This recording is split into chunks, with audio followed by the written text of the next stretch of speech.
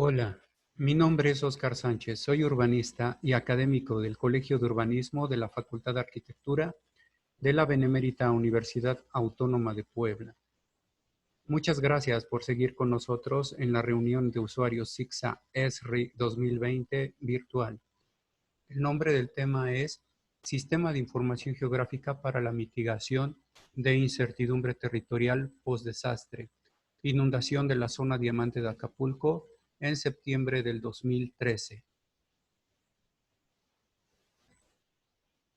En el año 2013, el 13 de septiembre, se forman simultáneamente la tormenta tropical Ingrid en el Golfo de México y la tormenta tropical Manuel en el Océano Pacífico, generando daños en 18 estados, principalmente en Guerrero, Veracruz y Oaxaca. El desastre en cuestión se localizó en la zona Diamante, la más reciente zona urbana de la ciudad de Acapulco de Juárez. Esta, este asentamiento está localizado en las proximidades de la laguna de Tres Palos. Se generó una inundación que duró más de 9 días, alcanzando alturas en el nivel del agua de hasta 2.20 metros de altura en varios fraccionamientos próximos al delta del río de la Sábana.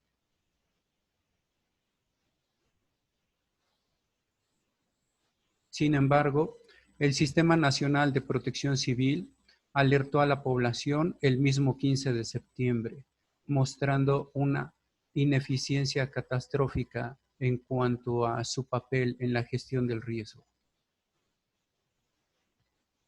Aquí podemos ver algunos tweets publicados en el 15 de septiembre respecto al desastre de inundación.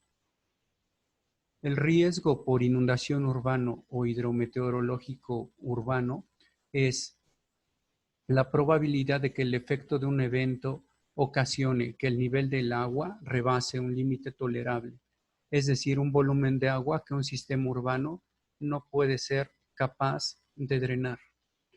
En los hechos tenemos que la planeación urbana y la gestión del riesgo no funcionaron para garantizar la seguridad ante los efectos de inundación de la tormenta tropical Manuel. La incertidumbre territorial que predominó en el año 2013. ¿Qué pasó? Un desastre de inundación ocasionado por una tormenta tropical, en donde el impacto fue principalmente en la zona diamante de Acapulco. Pero el por qué y el cómo generó una profunda incertidumbre territorial para los habitantes afectados.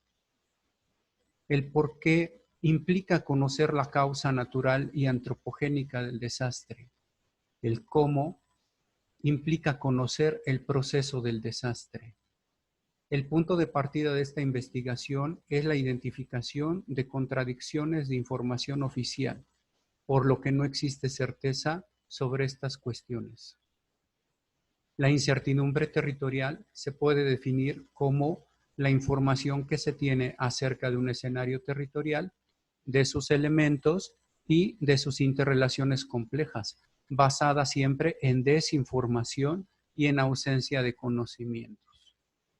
Los factores que producen la incertidumbre territorial son las características del territorio invisible, la complejidad teórica del conocimiento del riesgo en asentamientos humanos, la complejidad jurídica del territorio, la inviabilidad en el acceso y discernimiento de información geográfica por parte de los habitantes, la discrecionalidad de la información geográfica debido a intereses políticos y económicos en la toma de decisiones. La información oficial post-desastre ha resultado ser contradictoria al revisar dictámenes oficiales post-desastre emitidos por Protección Civil a los afectados en el año 2013. En el documento diagnóstico oficial del Ayuntamiento de Acapulco en el 2014, en el informe oficial del desastre por parte de la CONAGUA en el 2013 y por el diagnóstico geográfico oficial de Protección Civil en el año 2015. Lo que vemos a continuación es un mapa interactivo de Protección Civil publicado en el 2015, en donde se pueden apreciar las inundaciones del río de la Sábana y las inundaciones provocadas por la laguna de los Tres Palos. Según este mapa, lo que nos trata de demostrar es que existe un desbordamiento o una inundación provocada por el río y una inundación independiente provocada por el desbordamiento de la laguna de los Tres Palos. En el informe de Conagua destaca que el diagnóstico se concentra en la zona urbana de la zona diamante, limitando una cuenca, una subcuenca.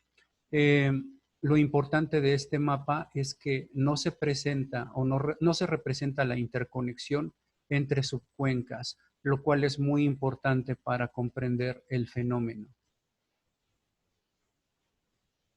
El diagnóstico oficial del Ayuntamiento de Acapulco nos muestra una minimización del desastre. Aquí están representados con polígonos rojos las zonas inundadas del río de la Sábana y las zonas inundadas por la laguna de los Tres Palos.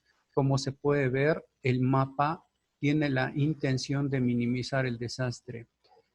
Ellos representan sus estrategias en este mapa, que son estrategias de solución imprecisas, porque se concentran en la hipótesis de que la infraestructura tuvo que ver con la inundación. Aquí vemos un puente, un viaducto, un puente en un canal meándrico y un puente de un bulevar que se menciona que tienen unas cotas bajas que impidieron el óptimo funcionamiento del cauce, de los escurrimientos, tanto del río como del canal meándrico. Bien, al encontrar estas precisiones, nosotros nos encargamos de hacer la investigación desde el enfoque de la geografía legal. El ordenamiento del territorio es una actividad política del Estado y está relacionada con los marcos jurídicos que regulan sus actividades en él. La metodología de geografía legal basada en un SIG consiste en analizar el marco jurídico del territorio. Eso implica revisar las leyes y los actores, instituciones y dependencias que tienen que ver con competencias, corresponsabilidades y acciones en el territorio. El análisis espacial SIG, que consiste en localizar, distribuir, ver las interrelaciones y asociaciones y evolución de los elementos, se dio a través de la integración de capas, la delimitación de una zona de estudio, la caracterización de un medio físico natural, la integración de un atlas de riesgo, la integración de una carta urbana, una caracterización urbana y comparar instrumentos tanto jurídicos como técnicos o científicos para producir un diagnóstico de integración para poder identificar certezas, contradicciones, concurrencias y omisión de disposiciones jurídicas. Y por último, una explicación del evento de inundación para poder emitir un dictamen geográfico y una determinación de corresponsabilidades. Los insumos para generar este SIG están relacionados con la producción de información geográfica oficial por parte del INEGI principalmente. La información cartográfica respecto al atlas de riesgo y la carta urbana no las pudimos obtener a nivel de shapes o de vectores para utilizarlas en ArcGIS, sino que las tuvimos que digitalizar. También necesitamos del censo de población, cartografía geoestadística y de un estudio especializado en ingeniería hidráulica hecho por otro investigador. También incluimos un mapa de valores de suelo por parte del Lincoln Institute del año 2016. Y bueno, esto es la zona de desastre. Como pueden apreciar, esta imagen que pertenece a la estación Hermex. Es una imagen spot. Se le aplicó una reclasificación de suelo utilizando un índice de agua diferenciado normalizado, y aquí se puede ver el impacto de la inundación representado con color rojo. Esta imagen se parece mucho más a la imagen que vieron en el vuelo del helicóptero al principio de la ponencia. De amarillo se pueden ver las zonas de inundación más persistentes que permanecieron hasta el día 21 de septiembre. El territorio invisible es el territorio que los habitantes no pueden ver, que solamente existe en los modelos probabilísticos cartográficos de los atlas de riesgos. Aquí estamos viendo una clasificación de peligro de inundación que se divide en bajo, representado de amarillo, en medio, naranja, y el alto en rojo. Este modelo también se parece al evento que ocurrió. El Programa Municipal de Desarrollo Urbano, que en adelante vamos a mencionar como PMDU, es el instrumento jurídico técnico para ejercer control del suelo urbano. Eso quiere decir que permite el control de la ocupación del territorio a través de diferentes usos. Aquí podemos ver usos agrícolas, áreas verdes, áreas habitacionales con altas densidades, y de rosa, usos turísticos especiales. Para nuestro estudio de geografía legal es importante comparar ambos instrumentos, tanto el PMDU como el Atlas de Riesgo. El PMDU es un instrumento técnico jurídico y el Atlas de Riesgo es un instrumento técnico científico. Aquí lo importante es ver sus compatibilidades. El atlas de riesgo representa de color azul zonas con antecedentes de inundación, y el programa de desarrollo urbano representa esas áreas con antecedentes de inundación con usos especiales como turísticos.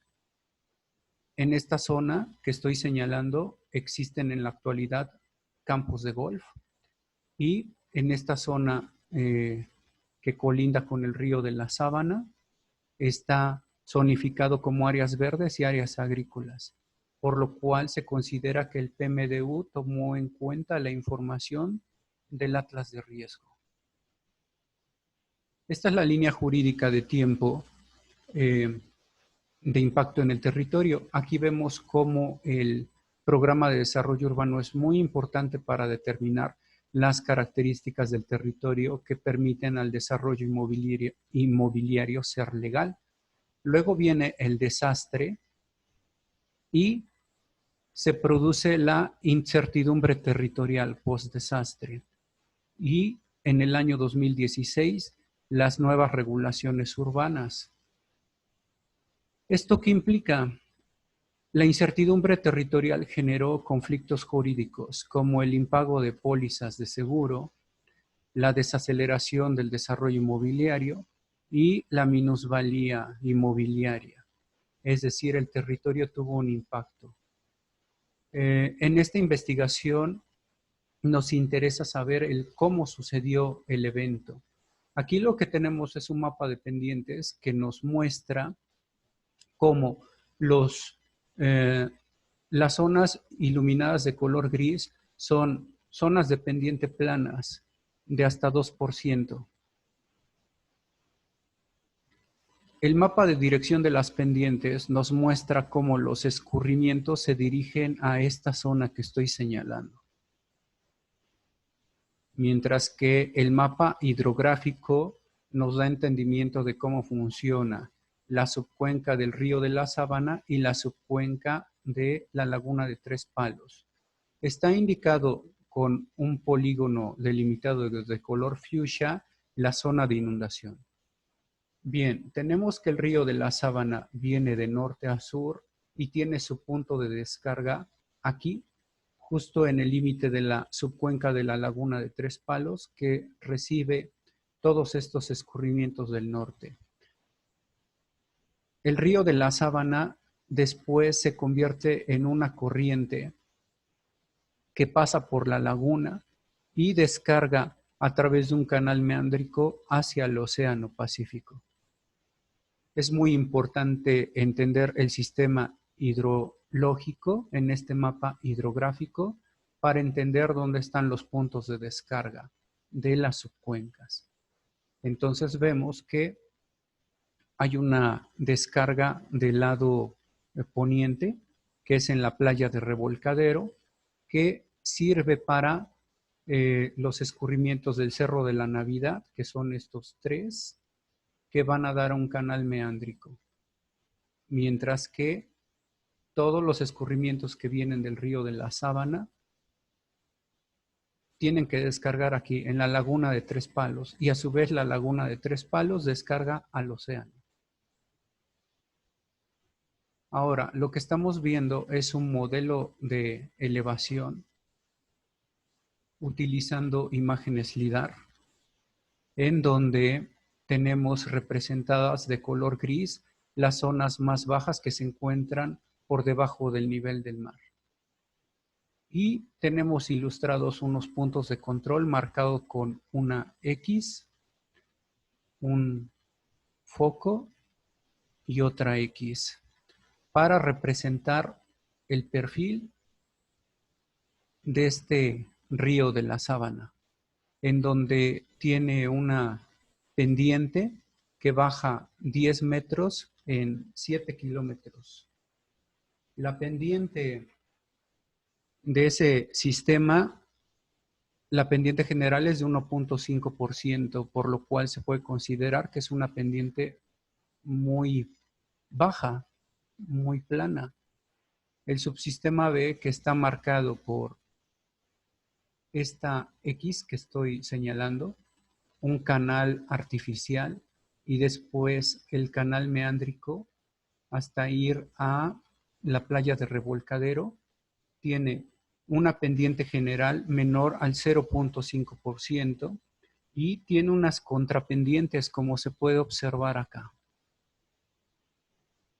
¿Sí? Eso significa que ambos sistemas tienen ciertas dificultades para desalojar sus aguas, sobre todo lo que denominamos subsistema B.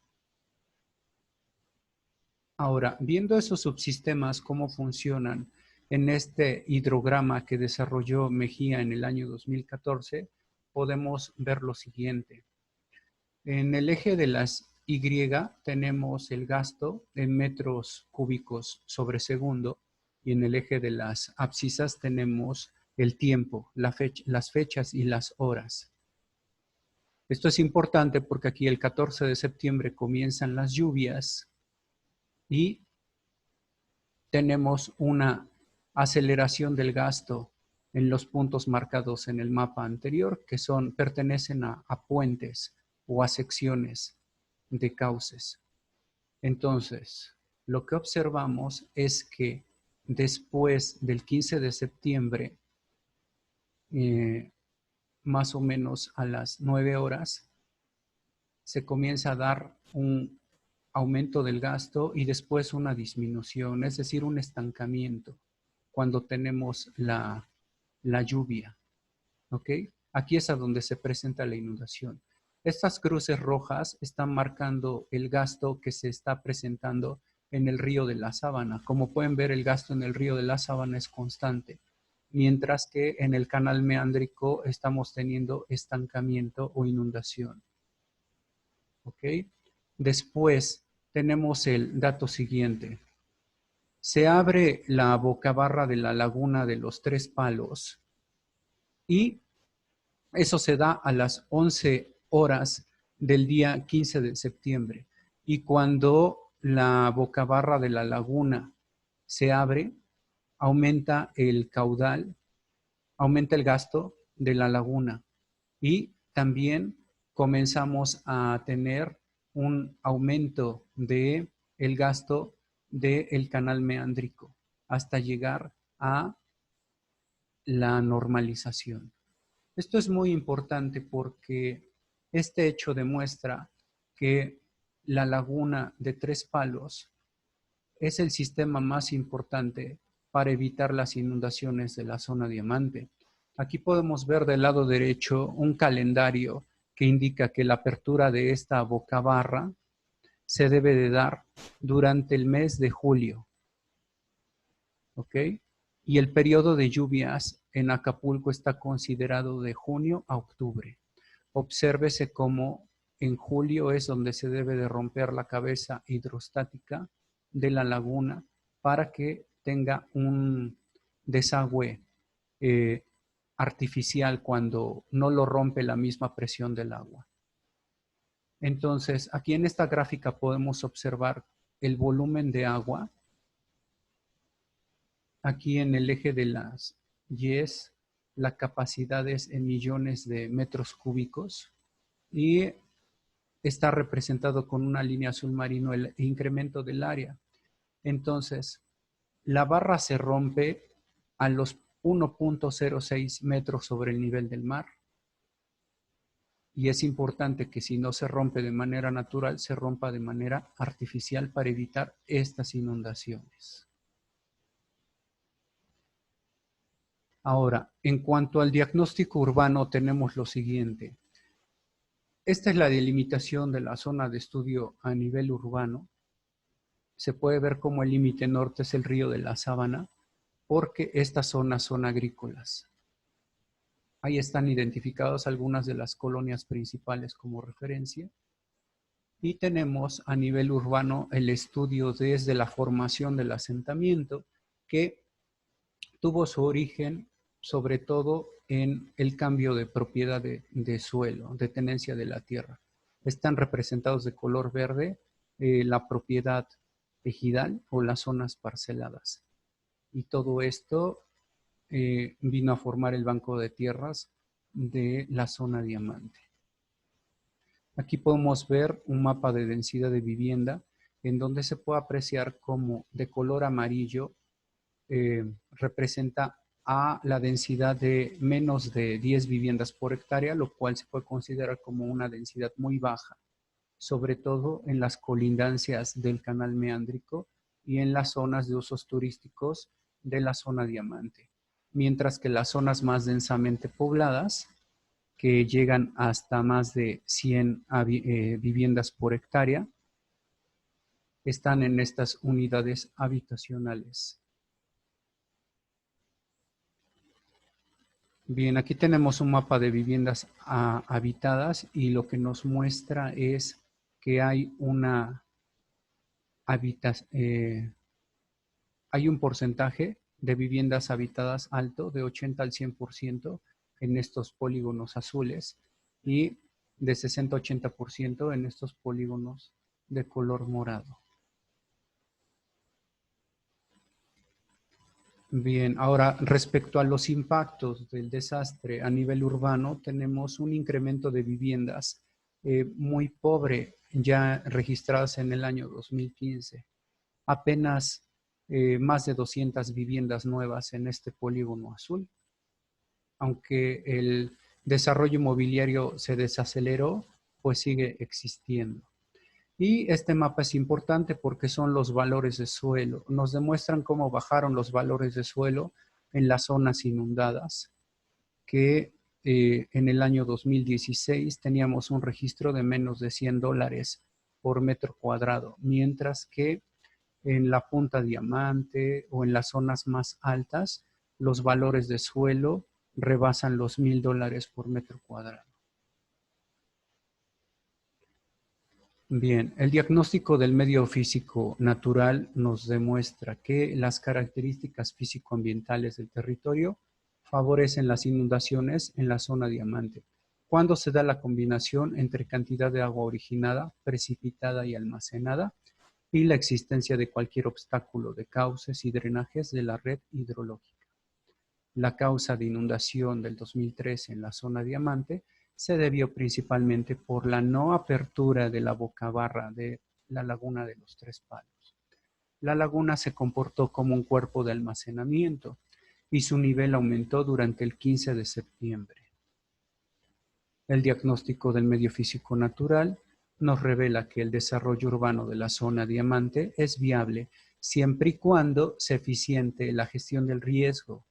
La administración del aeropuerto de Acapulco era la encargada de las obras de apertura anual de la Bocabarra y ese año no lo realizó. Jurídicamente, el ayuntamiento, la Comisión Nacional del Agua y Protección Civil eran y son los corresponsables de la gestión de riesgo en la zona diamante.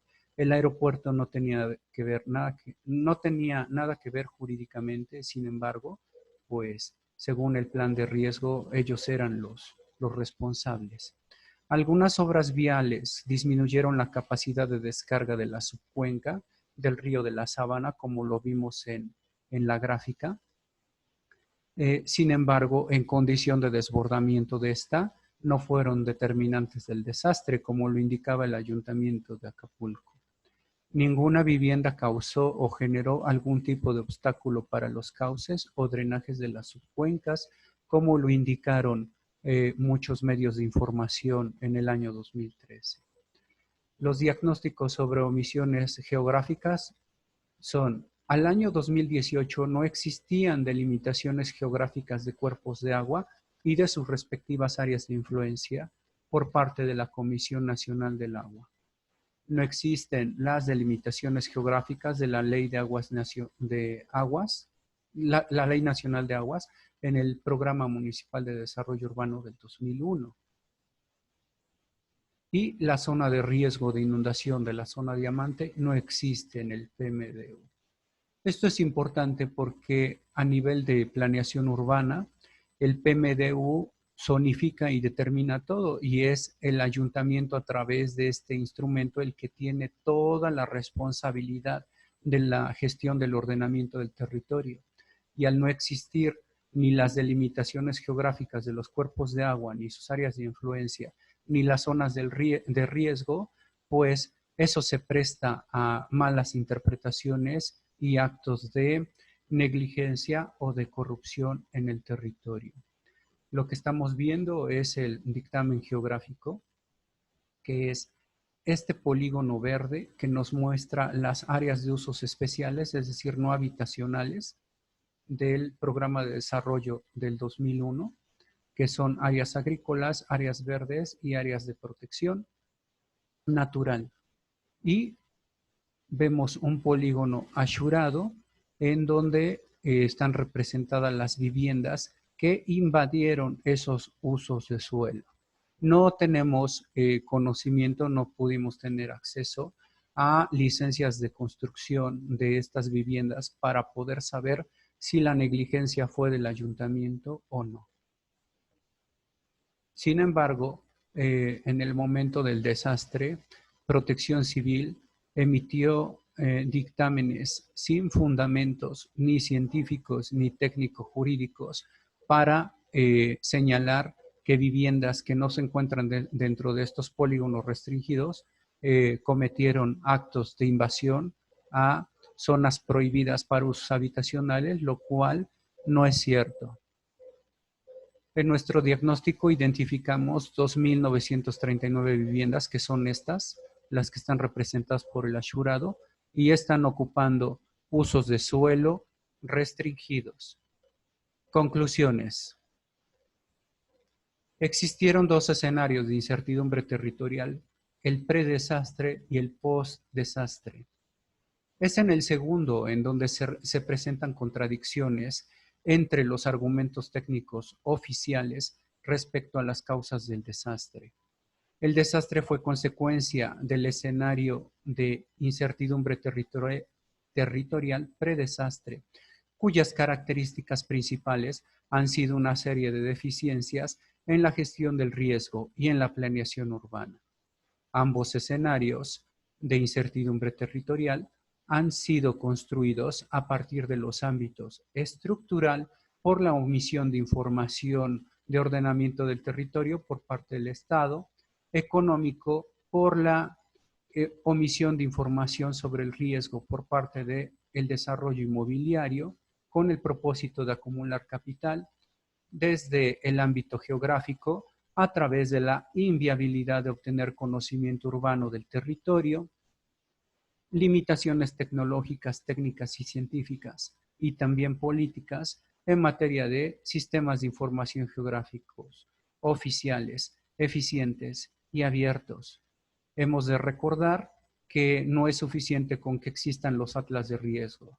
El atlas de riesgo puede ser publicado, puede ser puesto en internet, pero si la gente no lo entiende, si no hay manera de que sea útil, pues no va a pasar nada.